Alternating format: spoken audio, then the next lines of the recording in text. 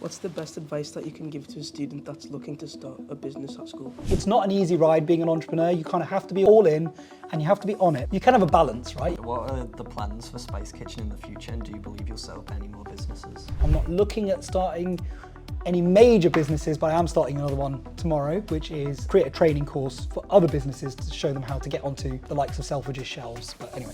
What are you missing most in your life? What am I missing most in my life? I have to say, actually, the one thing I'm missing now is probably more of a social life, which I hate to say.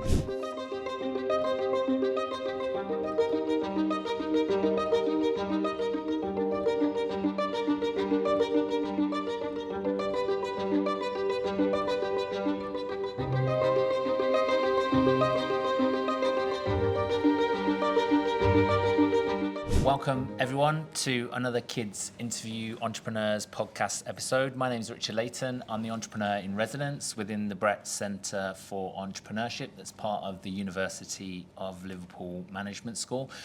We're here this morning again in UTC, the studio in the Baltic Triangle. Thanks to Mr. Carey for his support of not only the Kids Interview Entrepreneurs podcast, but the Enterprise Education in Secondary Schools program as well. We're in the competitions class with Year 9s, which is an extracurricular activity where the students work on different challenges that are entrepreneurial, which is fantastic. Thanks to Jay, as always, for putting the podcast together. And our entrepreneur today is Sanjay Agarwal, the co-founder of Spice Kitchen, and our two pupils who will be interviewing our entrepreneur are Finn and Elakian. And I'll now hand it over to you to ask the questions. What does Spice Kitchen do, and how long have you run the business? Good start, opening start. Hello everyone, and it's a pleasure to be here. So as I said, my name's Sanjay. I'm the co-founder of Spice Kitchen. I'll sort of start with how we started, and then I'll sort of explain what we do. The kind of answers in the name anyway. We're Spice Kitchen, so we do make spices and spice blends.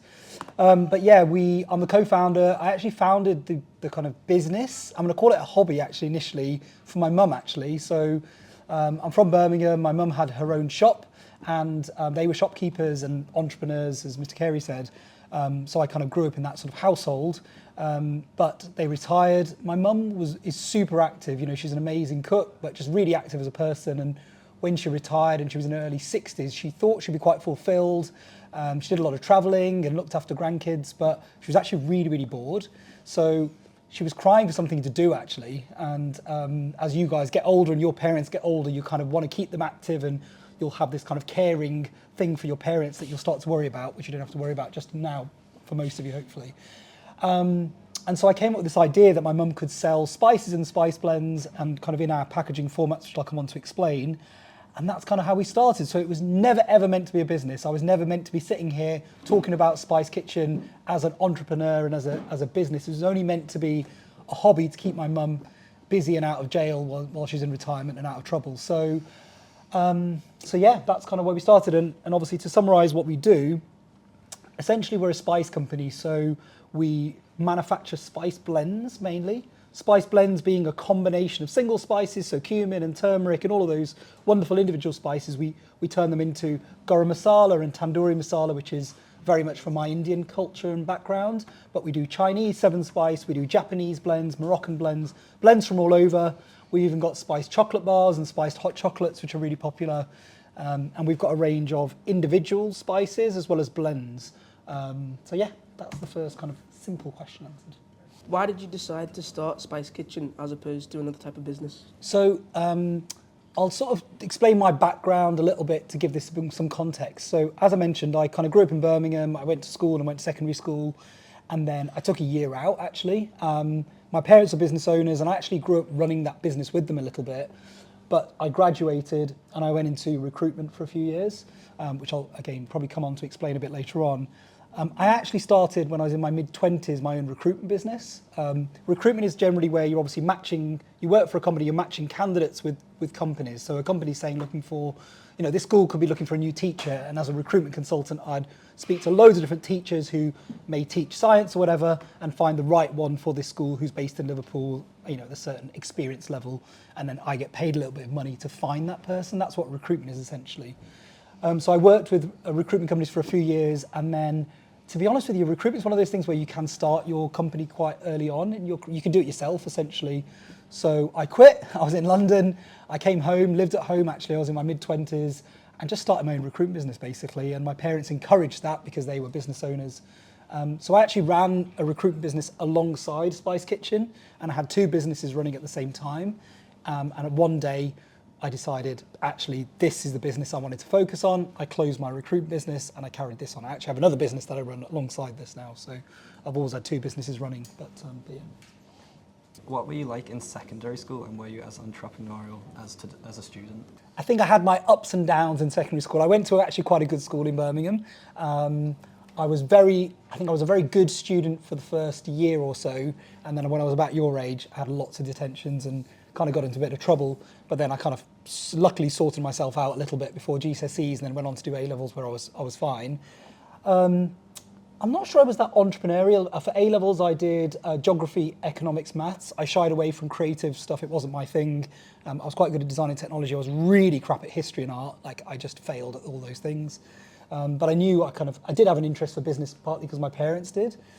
I was learning to be business, I guess, through running my parents' shop. And believe it or not, I ran that shop after school, on weekends, and then my parents buggered off to holidays for 3 weeks. I remember I was 15 years old. I ran that shop on my own. I had to get a taxi to the shop, open the shutters, get everything out, ran the shop all day, and then I had to get my uncle to take me to a cash and carry wholesaler to buy stuff because I couldn't drive at the time. And I was literally left in charge. My parents were like, yeah, you'll be fine. So I was definitely in the deep end, but again, they wanted to have nice holidays without me, so that says a lot, doesn't it? But yeah, I definitely grew up. I've got an older brother and sister who weren't involved in the business at all, so maybe it was destiny. But yeah, I definitely became more entrepreneurial out of not necessarily choice, from having to run the business, which has definitely set me up well now. And a lot of the stuff, the one thing I would say now is running a shop is amazing because it's very commercial, and when I say commercial, it's all about making money. You buy something at £1 and you sell it for £2, and you've got your costs in between, and hopefully you make a profit. So my parents were very commercially driven. They knew how to make money, right? And so that was taught to me. But it's all about customer service. My dad, where he was in Birmingham, was a pillar of the society. He ran a shop, one of these kind of interesting shops that I think only Asians run, where it's literally sells everything in the shop. It was a tiny shop. He sold hardware, so tools. He sold gifts. He sold wrap. He did party stationery. He did compost, gas cylinders, Christmas trees, fireworks. Any way my dad could make money, basically, he made money. And he did free deliveries. So a lot of the community were quite old, elderly. So you could come into that shop, buy something, and he would deliver it for free to you within a few miles. We sold flowers in the summer, plants for your garden.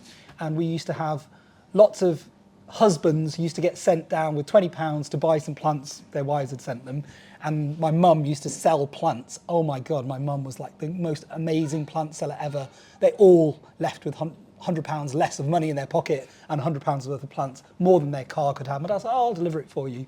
So we sold loads of plants because my mum was the best upselling a good tool to use on plants. But I learned all of that customer service, and that's something we pour into Spice Kitchen now. And one thing to mention is, we run a business with now sort of 12 staff, and a lot of the functions are taken care of. So I have people looking after operations, after marketing, after sales.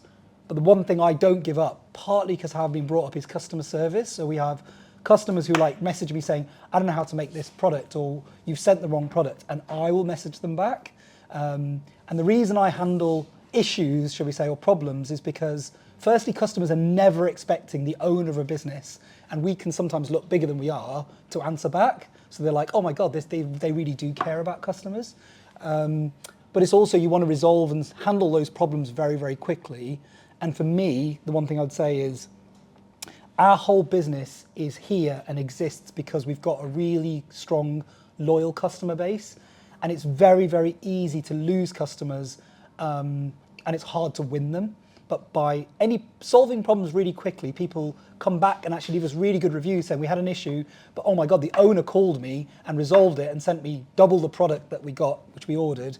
And they're just a bit gobsmacked by it all, really, to be honest with you, and it serves us really well. It's kind of a really bad use of my time on paper. Like, if you read any books, like, give away customer service, because you can get anyone to do that. But that's the one part I think is so critical, and I think that's driven down to me from running a shop as a a small shop with a community. I kind of consider Spice Kitchen not too dissimilar from that, and we have really, really strong relationships with customers and with shops which sell our products. So anyway, a very long answer for a short question. What were your favourite subjects and what did you like best about school? If I'm brutally honest, I picked the subjects that I knew I was good at and were the easiest ones I was going to score well on, and to be honest, that continued later on in life as well. So maths came quite easy to me, so yeah, I did maths. Geography I found really simple, but that was actually, I found out after school that our teacher wrote the A-level geography paper for the whole country. Wow. So we cheated basically. And then economics was good because my brother did economics and had the same teacher in the same school, but he got a B. And so the economics teacher came to me and said, you have to do economics because you have to beat your brother, which I managed to get a B and A. So I had to do economics, had no choice. But yeah, I was really happy with those A-levels I picked. I remember I did I wasn't very much a team sport player. I was so crap. I was on the worst teams for rugby, cricket, so I wasn't good at that. But I managed to take up karate and kickboxing randomly, and I was quite good at that, and I really enjoyed that as well, I don't know why. So I think I kind of did enjoy school. I was at a good school, which kind of, with good teaching, so that was fine. But I certainly enjoyed sort of my 16 to 18-year-old because I had like extracurricular activities and yeah, I don't know. It was fun at school, and then obviously I got to run the shop and everything else. And I luckily, my brother had also taken, I think a lot of it stuff was just trying to prove my brother wrong. My brother's 8 years older. He did a year out and went traveling, and from a very young age he came back and was like, oh my God, I've had the best year ever. So from age 11 I was like, I'm doing a gap year just because my brother did. So, and I did that and went traveling and stuff. So I was very, very, I think, driven to do after school, to like do what I wanted to do, if that makes any sense. I knew I wanted to do a year out. I knew I wanted to go to London. I knew I wanted to work. I kind of knew what I wanted to do. I did business at university. I kind of knew what was next, put it that way, and I was kind of driven to kind of get school out of the way and then get started, shall we say. What could school have done to encourage or support you and others into entrepreneurship more? I think this is incredible what you've got here. Whether I'm interesting for you or not is another matter for you to judge me on. But to have entrepreneurship in school is the reason I'm here and spending my time, is because I never had this opportunity. And you probably get told that a lot and you're like, ugh, roll your eyes. I went to a very academic school, so they were all about driving grades. There was no business talk whatsoever. I actually, though, there's one thing that I did which blew my mind actually, was during my A-levels economics, we got a chance to go to a talk at like a big venue in Birmingham, and the speaker was Alan Sugar, who obviously you guys know because of The Apprentice. So Alan Sugar stood on stage, it was like an hour or something, and it was like a bit of a life-changing moment for me. He sat there, stood there, it was all kids, kind of like similar to this in a way, but like hundreds, maybe thousands of kids. And he stood there and he said, look, I'm Alan Sugar. If you think that I'm going to sit here and talk to you and lecture you about business, you got it wrong. I'll be here as long as mics are going around, ask me questions, and as long as those questions keep flowing, I'll keep answering them. And as soon as those questions are over, I'm out of here. And he literally was as blunt as that. And then it took a bit of time. People were asking questions, a lot of people in the audience, and it was amazing actually. And he really revealed a lot about, business and life and his, everyone knows Alan Sugar, for those that watch The Apprentice. He's quite direct and he has his own personal views on stuff. But I don't know, I was just like, it was an amazing moment for me. And I was a massive watcher of Dragon's Den as well. So I watched every Dragon's Den, I still do watch it, growing up. So I think through those things, I started to become inspired. Did I think that one day I was going to be a business owner? I'm not sure at that stage, but I was definitely inspired to consider it as an option, put it that way, partly because my parents were business owners, and I don't know, I could kind of see, yeah, we could have a career path, but also maybe I could make millions, or which I still haven't made yet, but maybe I could make millions one day or something and be my own boss, put it that way. Did you go to sixth form and university after studying GCSEs? And how did that help you develop your entrepreneurial skills? Yeah, so I did do A-levels, as I mentioned, and then left. I took a year out, went to London for 6 months. I travelled for 5 months, so I took a round-the-world ticket. 9/11 had just happened, actually, so nobody was flying. So I walked into the British Airways office in London. I had very little money, having lived in London for a few months on a very low wage. And they said, OK, for a round-the-world ticket, you can basically at this stage fly anywhere you want in the world. We'll give you 13 flights, 3 in Australia, and it's 700 quid.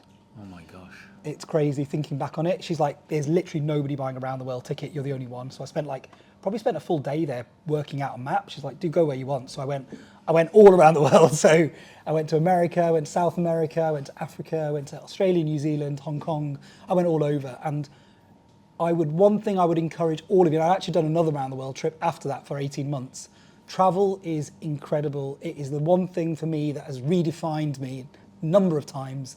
You need to save some money to do it, because then you can do whatever you want. I've been to Antarctica, I've done bungee jumping in New Zealand, I've done skydiving, I've done whatever I wanted to do, to be honest with you. It's been amazing. And so if you get the chance to travel in small or big ways, as much as I would encourage you to do business and entrepreneurship and all the rest, travel for me is like the biggest thing ever. And do it at a young age when you don't have commitments, when you don't have a girlfriend or a boyfriend or parent, whatever, like do it at age 18 up to your early 20s. And it's life defining. So if I can give you one message apart from start your own business, it's like go traveling. So through that, I think it gave me a really good wide perspective of the world and cultures and everything else that people talk about. But I think it starts to give you the idea that anything is possible when you travel, and you obviously meet lots of different people from different places. So yeah, I think that was it. But then when I went to university, I did study a bit, but I DOSed a lot at university, which I shouldn't really talk about. I did a business degree, but I had quite a few jobs then. I actually started getting a lot of employment just to make money, really. And I did various things, from being a cameraman at one point to selling magazines to businesses. Honestly, I did it was a bit of a running joke amongst friends that I had all these kind of random jobs. I did a lot of call centre work. I was really good at call centre work and selling to people, insurance, things like that. So yeah, I definitely picked up a lot of jobs, and some quite entrepreneurial jobs. So yeah, and then when I graduated, I didn't really know what I wanted to do. What I did know what I wanted to do was earn loads of money to go traveling again. And so I pretty much Googled, like, where can you make the most money as a 22-year-old? And somewhere came up like recruitment is, which I talked briefly about before. So I decided to go into recruitment, and I have never earned that much amount of money. It was crazy. I was earning six figures as a 25-year-old, to be honest with you. It was wild. I became one of the top sellers in this company, and I was really good at what I did. But the whole purpose was to save enough money to go traveling. So the bonus we get was end of January, 31st of January, I got my bonus. And I got like a 50 grand bonus back in the day. It was crazy. Wow. So the 1st of February, I handed my notice in. And I was on a month's notice, and then the 2nd of March I left, and I know that 'cause that's my birthday, and I went travelling for 18 months and spent all of that money travelling. And so I had a very, very enjoyable 18 months. But yeah, it was interesting. And then coming back, it was really challenging for me, because when I came back, the recession was on, and I kind of moved to London for a year, and then I thought, I could do this on my own. So. What did you do before starting Spice Kitchen? Did you work for anyone else or run any other businesses, and what did you learn? Yeah, so I'm going to talk a bit about recruitment here. So I had parents' experience, I had small bits of experience during university, but then I went into recruitment. Now, I'll tell you a bit about recruitment, and it's a really interesting industry. Recruitment, as I mentioned, is sort of matching clients with candidates, but it's super ruthless, right? It's like one of the most ruthless industries you can be in. It's very, very money driven. So how can I explain this? You basically get a seat within a company, and essentially, although there's more to it, you've got to make money, right? You've got to bill. When I say bill, what I mean is, once you match a candidate with a company, so you get given a recruitment job to fill, so you've got to find a really good candidate to fill this job, but there are other recruitment agencies often trying to fill the same job. Once you fill the job, the company, say, makes £10,000, and you will make £1,000 or £2,000 of that comes to you, and 80% to the company. I'm giving you a rough estimate. And you've got to keep filling those jobs. So you've got to bill, I would say, I had to bill like £250,000 in a year in order to make 100 grand, if that makes any sense to you guys. It's simple maths. If you don't bill 3 or 4 months in a row, so if you do not make 20 grand a month, you get sacked. It's as simple as that. So just to give you an idea, I started with this first recruitment company. We were really good and really but it is very like this. There were 10 people on a training centre. We went to Nottingham, and they put you through a 6-week assessment centre. An assessment centre is basically where they are kind of interviewing you and training you. By the end of that assessment centre, with 9 people, 5 people had dropped out because it was too hardcore. After we started then in our jobs and we all went around the country to our respective offices, after 6 months I was the only one left because the other guys had got sacked or it was too much. So it's really, really intensive doing recruitment. I went back, lived at home, so I was saving all my money and I was working 12, 13-hour days. I was interviewing candidates 8 a.m. in the morning, 7 a.m. in the morning, and also interviewing them 9 o'clock at night. But the one thing that I was doing, which I was told to do, but nobody really does it because it's too hard work, was the reason my candidates got jobs at these places and I was recruiting accountants for companies was because I prepped them. So what I used to do was I used to go see the company and I used to go interview them, right? So I met a firm, a manufacturing company. I found out everything there was to know about that manufacturing company, the whole structure, who they were, what the culture was like. And then I sat in front of my candidate and I taught them how to do the interview. I prepped them for an hour and said, look, these are the things you've got to say. This is what they're looking for. This is who the person is. This is the spec.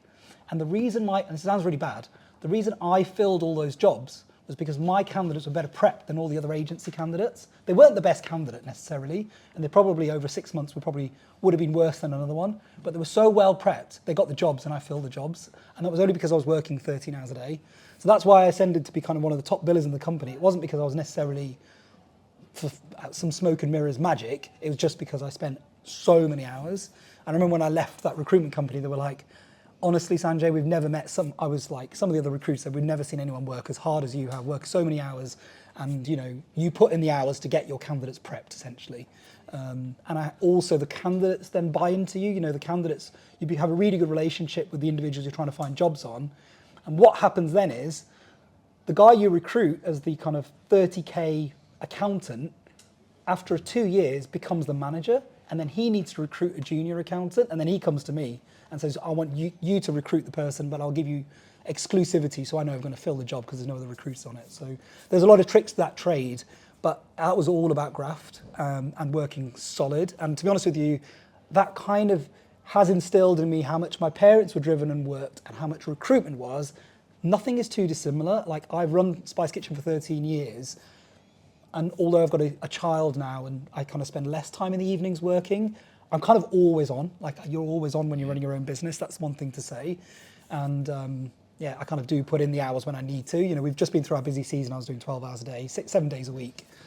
It's not healthy sometimes, but it's necessary. So yeah. What's the best advice that you can give to a student that's looking to start a business at school? For me, it is hard. This guy's summarized it really, really well. Like, it's not an easy ride being an entrepreneur. You kind of have to be all in, and you have to be on it. But I mean, you can have a balance, right? You can have a balance. I've got a 7-year-old and I'm definitely, there for her as well as running a business. So I'm a busy dad and a busy business owner. So you can get the right balance. But it definitely has its highs and lows. I mean, no more highs and lows than recruitment, to be honest with you, because every day I felt like I was going to be sacked, and I can tell you some funny stories about that during my time there. I got very, very close to being sacked for being late 3 times, but luckily I was making enough money that they didn't sack me or couldn't sack me, but I should have got sacked one day. Anyway, that's another story for another time. But it's, for people like me who've sat there, I couldn't think a way of doing anything else. Like, the reason I want Spice Kitchen to succeed is having a job is just not an option for me. And I'm probably not employable anymore either because I'm too rogue. But that for me is one of my biggest drivers, as well as the enjoyment and the passion I have for the product and getting it onto shelves. But everything you've said is really true. And I'll give you an example, actually. We've just gone through a really good period, a really good year last year. Say the business is, I'm not going to tell you the exact numbers, but say it's made 100 grand. I'm at a decision point now. I could keep Spice Kitchen as a lifestyle business and make another, 100 grand profit this year, which is good.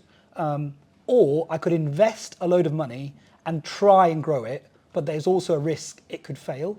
So I'm just about to press the go on a 60 grand machine, £60,000 machine to pack spices in. And then I've also got to invest another 30, 40 grand in getting all of our tins printed, which is a big risk in China, and the Chinese manufacturer can screw me.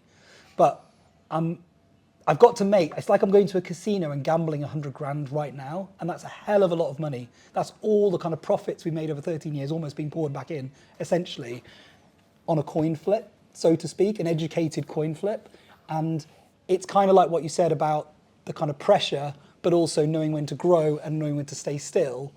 But it's also, if I don't grow Spice Kitchen and get it to the potential it could be, I'm always going to sit back and think, why didn't I do it? So I've got to go for it. You know what I mean? I've got no choice. My hand is forced by myself to make the coin flip, if you know what I mean. But also the investments we're making now, we're making them now for that reason that they're less of a risk than they were yesterday, but they're still enough of a risk. Do you know what I mean?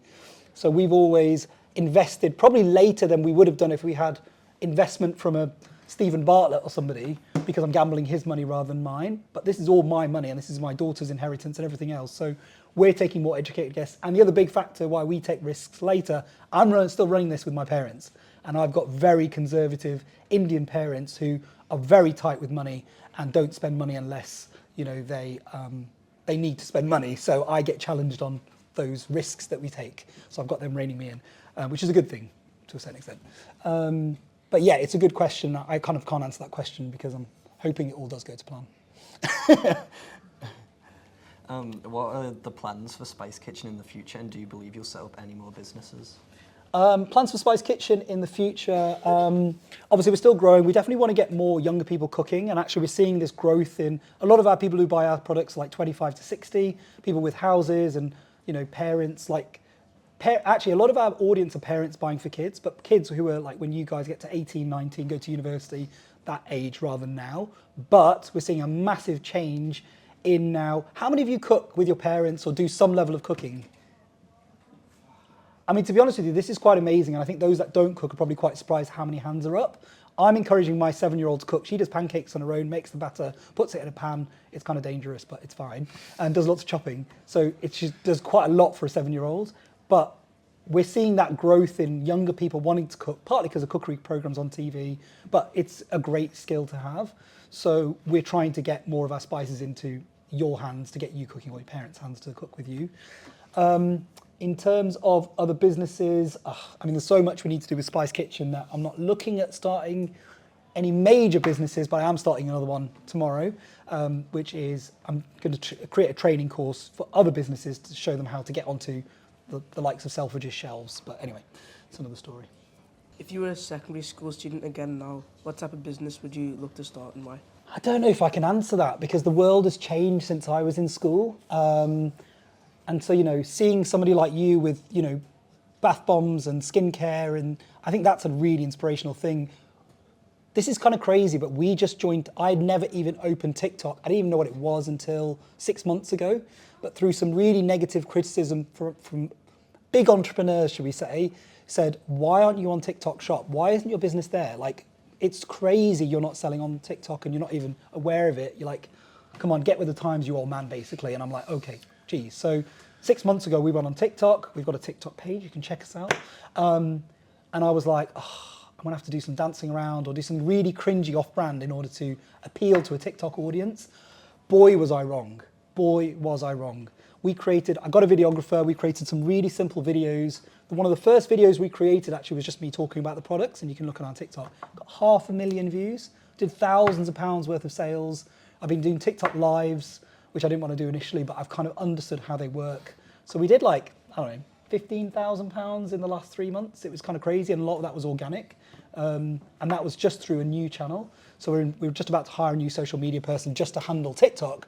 But what I'm saying is, there is no greater time to sell product and make products now than ever there was before. When I was around, there was eBay, and that's how we started Spice Kitchen, how I started my other business. But now you have so many channels, and TikTok, I think, is an amazing channel because it's so sales driven.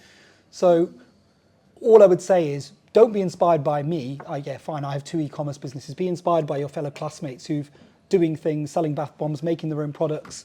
My daughter's already a 7-year-old, has started her own jam business in a very small micro way, and she's now making lip balms through a lip balm set. So I'm teaching her business, but be inspired by your fellow people. And you know what, you can put something on a TikTok shop, do a few videos, and you can sell a hell of a lot of product, and TikTok will serve your products to loads of people. So I don't know. Again, if you want to do it, do it. There's no greater time to do it than now. So Brilliant. That's awesome. Thanks ever so much to Finn and Elakian for asking the questions. It's nice that you're from Birmingham as well. And I definitely can say that, you do as an entrepreneur, you definitely have to be on it. And the thing that you mentioned about customer service, so the director of the Brett Centre actually bought something from you, and for whatever reason he emailed, and he was stunned, and astonished. And obviously he's a professor in entrepreneurship, so he studied entrepreneurship for 50 years, and he was like, Sanjay emailed me. Yeah, he did. Like, so, and again, like any time I email, I was like, oh, okay. So, and it does work. Like you were saying, people, you know, building that customer relationships, that service, and people are shocked and surprised. But actually, I think it is a really good approach to take. So we have a couple of closing traditions on the Kids Interview Entrepreneurs podcast. Our first closing tradition is to Simon squib you and ask you, what's your dream? It's a good question, that. I mean, in some ways, I hate to say it, but I'm kind of living the dream in a way. Like, to be able to firstly work with my mum. My mum is honestly, and I sound like a bright mummy's boy if I say this, but she's a real inspiration. She's an incredible business owner, woman, and anyone who's met her is like, she's incredible. So in a way, I've commercialised my mum through Spice Kitchen, but to get to work with her and do the various things that we've done, like we've been to Vegas last year, we went to New York, you know, we just got to do some really, really cool stuff, and we won loads of awards and just had loads of high praise. That is the best thing to have come out of all of this. And yeah, to get all the kind of positive feedback we have from customers, and I've written my own cookbook now and written my second book, which is coming out this year. Like, to be honest, I'm kind of living my own dream now. And yeah, I just hope if Spice Kitchen could continue to be successful and not fail, and we can continue to get spices into people's hands and inspire people to cook and inspire you guys to cook in the future, possibly you might be our customers, then I can die easy, put it that way, and fulfilled. So yeah. That's awesome. It's great to know that you're living your dream already, and long may that sounds a bit cheesy continue. to say that, but it's true. Our second closing tradition on the Kids Interview Entrepreneurs podcast is to Stephen Bartlett you. So we've got a couple of sets of Diary of a CEO cards. So if you just want to select one and pull out a Never done this card before. and pass it to Finn and Elakian to ask you your final question. What are you missing most in your life? What am I missing most in my life? I have to say, actually, the one thing I'm missing now is probably more of a social life, which I hate to say. I've got some really good friends from university and really good friends from old businesses, but I'm so busy being a dad now, especially to a younger child, and running the business, and quite a lot of commitments with Spice Kitchen that I haven't been able to kind of hang out with friends. Like, they're all meeting up in Scotland for a massive party next Friday, but I'm at a trade show in Birmingham. So my work commitments have to take priority over sometimes my social life. So I'm at this kind of annoying place where I'm having to forego some of my personal relationships, and friends having fun without me. They're going skiing and snowboarding in a few months, and again, I can't go because I'm doing something else. So I find that the most frustrating. So yeah, I think I'm missing hanging out with my friends as much as I used to. What has been the most happiest moment of your life, and why? I don't know if it's the happiest moment, but I'll tell you one thing that happened relatively recently. We got this opportunity, I just briefly mentioned it, to go to Las Vegas for a big trade show. And my mum picks and chooses what she wants to go to, put it that way. So I rang my mum with absolutely zero hope that she'd want to go to Las Vegas. I mean, she's like a 70-year-old woman, why would she want to go to Vegas? And she's like, oh my God, you're going to Vegas? I really want to go to Vegas, I wanted to go there all my life. And I'm like, what? She's like, yeah, it's on my bucket list. And I want to do a helicopter ride to the Grand Canyon. And I was like, I thought she was having a joke here. My mum's not that funny normally, but I was like, she's having me on. Anyway, we bought our tickets, went to Vegas. She's like, no, I was serious about this. Unless you take me on a helicopter ride from Vegas to the Grand Canyon and back, I'm not coming. So anyway, I was like, okay, yeah, we'll do this. I looked at it, it's like really expensive, like $2,000, right? Anyway, I was like, I've got to book it. So I booked that, and honestly, it was the most amazing thing I've ever done. I mean, my mum did it. I think why it was one of the happiest memories is because my mum wanted to do it, and it was completely not what I expected her to do. And she absolutely loved Las Vegas. I have no idea why. She doesn't gamble, she doesn't drink, but she was in casinos till 3 a.m, just taking it all in. So I think that whole Las Vegas trip blew my mind. And all the other British businesses that were on this trip were like, what is your mum on? She's on some drugs or something because she's high in life. And they were like, we want what she's having. I was like, oh, it must be the spices. But yeah, I would say that's one of the happiest moments, just that whole trip. And then that helicopter thing was wild. And we had a glass of champagne in the Grand Canyon. It was cool, so yeah. What I enjoyed actually most about going to Vegas was going to the Hoover Dam. So not necessarily just on the outskirts, not what you necessarily think.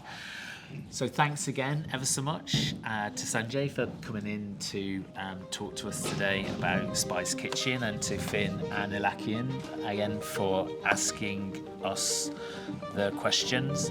Finally, I'd like to thank Paul Brett for his support at the Brett Centre for Entrepreneurship, as well as Sir Peter Rigby for his support.